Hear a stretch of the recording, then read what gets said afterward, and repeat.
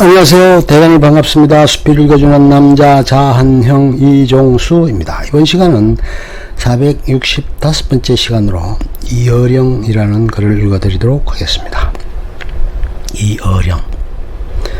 요즘 젊은이들은 쏠림 현상이 심해요. 왜 똑같은 소리만 하냐? 팔로우가 10만이라고 자랑하지 마세요. 내 필터에는 10만 개의 다른 의견이 있다. 이런 걸 자랑해야죠.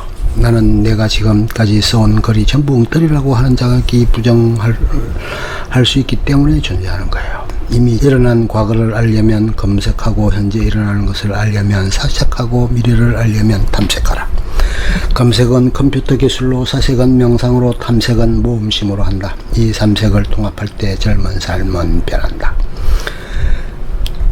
그렇지 않으면 일찍 죽어도 나중에 죽어도 똑같아요. 똑같은 생각을 한다면 지금 죽어도 상관없어요. 내가 오죽하면 젊음의 탄생이라는 말을 썼겠어요.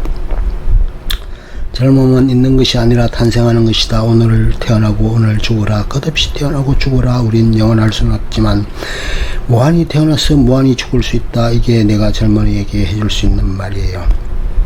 젊은이는 늙고 늙은이는 죽어요.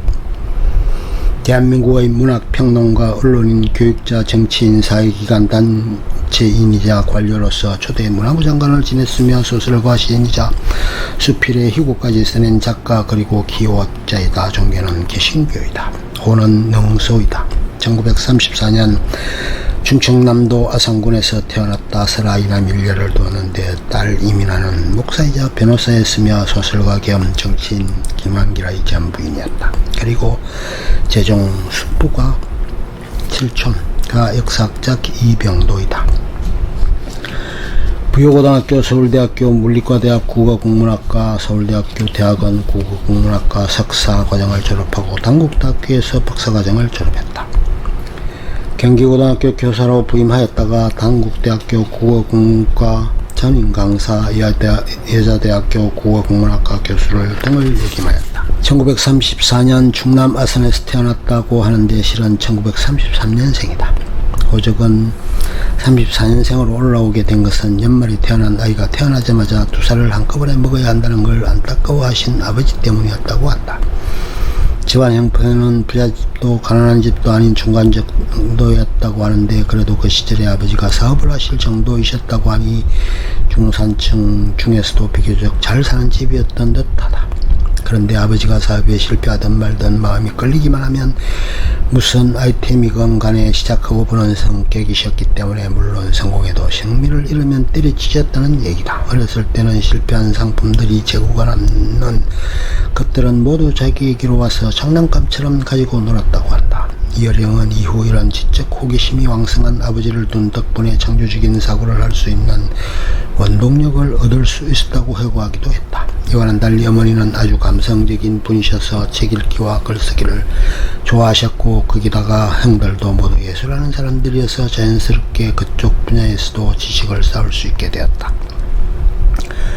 하지만 내성적인 성격 때문에 또래 아이들과는 잘 어울리지 못했다고 한다. 대학을 지나갈 때쯤에 6.25 전쟁이 나는 바람에 집안 형편이 크게 어려워지자 형님 한 분이 서울대 의대나 법대에 가면 등록금을 대주겠다고 제안해왔다. 사실 본인은 국문과에 가고 싶었지만 당시에는 의학과도 물리대에 속해 있었기 때문에 결국 가족 몰래 국문과에 연수를 내고는 그냥 물리대라고 얼버무리고 말았다. 그 이후 실제로 서울대 국문과에 합격한다 하지만 집안 사람들은 전부 의학과로 간 걸로 알고 있기 때문에 완전히 잔치 분위기에 젖어 있었던 상태였는데 나중에 사실대로 국문과라고 말하자 집안 어른들은 아니 업문배우로 대학 가는 놈도 다 있냐며 낙담하셨다고 한다. 1955년 서울대 재학 시절 자신이 학예부장으로 있던 물리대 학부의 이상론을 발표하면서 문단의 주목을 얻기 시작했다. 이 당시 이상은 작가라기보다 그냥 미친놈 사람 정도로 취급받고 있었기 때문에 그 이상의 그 난해한 작품들을 하나하나 분석해 풀어내는 솜씨를 보자 새로운 관점을 지녔다고 판단한 문학계 쪽 사람들 사이에서 관심을 끌게 된 것이다. 그러던 중 우연히 어느 칠판 기념회 자리에서 기성문단에 대한 의견을 밝힐 기회가 생겼었는데 그 자리에서 아주 혹독하게 비난을 퍼부었다. 그 일이 소문으로 퍼지면서 당시 한국일보 문예 문화부장이었던 작가 한운사의 귀에 닿게 되었고, 한운사는 겨우 대학 2학년생이었던 이혜령에게 그 발언의 요지에 관한 글을 신문에 발표할 것을 제안했다. 이혜령이 이를 받아들여 써낸 글이 우상의 파괴였다. 이 글이 이혜령의 정식 대부작이 된 셈이다.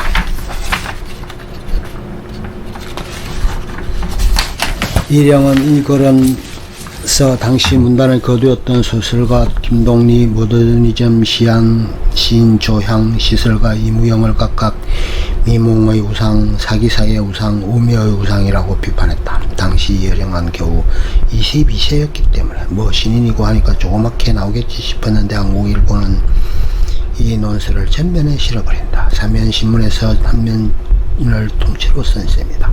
당시에는 작가들이 대중 사이에 스타 역할을 하던 시기였기 때문에 이혜령은 그야말로 화려하게 데뷔하게 된다. 그 이후로도 항수는 염상섭, 서정주 등을 현대의 신라인들로 묶어 신랄한 비평을 가했다. 1959년에는 한 경향신문 지문인을 통해 김동리와 이른바 비문 논쟁을 벌였다.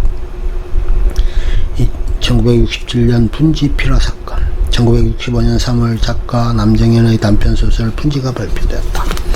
미군에게 성폭행당한 뒤 정신이상으로 죽은 어머니의 영전에 대고 주인공 홍만수가 하소연하는 형식으로 된 작품이다. 당초 발표될 때는 별 문제가 없었는데 2개월 후 북한의 한 잡지에 이 소식이 실리면서 문제가 생겼다. 남정현은 중앙정보부로부터 이 소설은 북한의 누군가가 써서 건네준 것일 터이니 그 접선 내용을 밝히라는 이유로 끌려간 뒤 고문을 당했고 검찰에 송치되었다가 7월에야 풀려났다.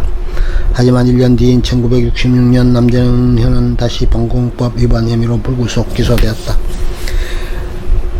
반미 사상을 부추겨 북괴의 다남적화 전략의 상투적인 활동에 동조한 작품을 썼다는 것이 검사적 기소 요지였다. 이혜령은 법정에 피고적 증인으로 출두했다.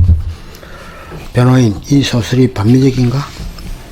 이 소설은 하나의 상징이므로 친미도 반미도 아니다. 변호인, 저항문학이란 무엇인가? 이혜령, 문학은 본질적으로 저항이다. 아무리 평화시대라도 작가는 저항성을 지닌다. 변호인, 북괴에 동조했다는 데 대해서는 이혜령, 작자는 달을 가리키는데 보라는 달은 안 보고 손가락만 보는 격이다. 장미가 뿌리를 갖고 있는 것은 꽃을 피우기 위해서지 사람에게 담배 파이프를 주기 위해서가 아니다. 남정현의 분지는 창작 과정의 꽃이다. 그가 만일 다른 의도로 썼다면 상징적 우화적 수법이 아니라 증거가 확실한 리얼리즘 기법으로 썼을 것이다. 나는 이 소설을 읽고 놀랐다. 정의는 이 소설이 용광적이라고 보지 않는가? 이혜령, 나는 놀라지 않았다. 병풍석 호랑이를 진짜 호랑이로 아는 자는 놀라겠지만 그것을 그림으로 아는 자는 놀라지 않는다. 분지는 소설이지 신문기사가 아니다. 변호인, 정의는 방공의식이 약한가? 이혜령, 내 사상은 내가 써온 글과 저작물들이 정인이 되어줄 것이다. 훗날 남정현은 당시에 지금보다 더욱 방공이라는 것이 우리 사회를 지탱하고 있는 절대 명제로 평가받던 때였다. 분지 사건은 반미 문제가 주된 쟁점이 아니었던가. 그런즉 여야를 막론하고 반미는 곧 용공이다라는 등식이 별다른 거부감 없이 통용되고 있으리만큼 절제하게 친미 일변으로만 경색되어 있던 당시의 제도권 분위기로 미루어 보아 분지 사건의 증인으로 평론과 이혜령이 법정에 출두했다는 것은 그 사실 자체만 가지고도 하여 일각에서는 일종의 예기치 않는 사건으로 그리고 큰 충격으로 받아들이는 추세였다. 그리하여 당시 우리 변호인들이 이혜령 증인에게 거는 기대는 실로 대단한 것이었다고 수리했다. 당시 검찰은 남정현에게 최고형이었던 징역 7년, 자격정지 7년을 구형했으나 법정은 이를 팍 낮춰서 징역 6월, 자격정지 6월에 선고유예 판결을 내렸다. 끝. 좋으면 좋아요, 구독, 알림 설정 눌러주세요. 감사합니다.